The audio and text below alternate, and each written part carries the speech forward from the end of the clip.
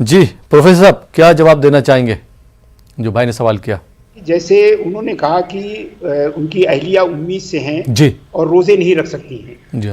تو حضرات گرامی اس سے پہلے بھی کئی بار بتایا جا چکا ہے کہ فدیہ صرف ان لوگوں کی طرف سے دیا جائے گا جن کو ایسی بیماریاں ہوں جس سے شفا کی امید نہ کی جا سکے، یا وہ عمر کے اس مرحلے میں پہنچ گئے ہیں جہاں اب ان سے امید نہ کی جا سکے کہ روزہ وہ رکھ سکیں گے یا نہیں رکھ سکیں گے۔ ان کے علاوہ تمام لوگ جو بیمار ہیں، جن کے پاس عذر ہے اور اس بیماری یا عذر کی وجہ سے وہ روزہ نہیں رکھتے ہیں، تو ان کا حکم یہ ہے کہ وہ رمضان کے بعد جب صحت یاب ہوں گے، جب عذر ختم ہو جائے گا، تو انہیں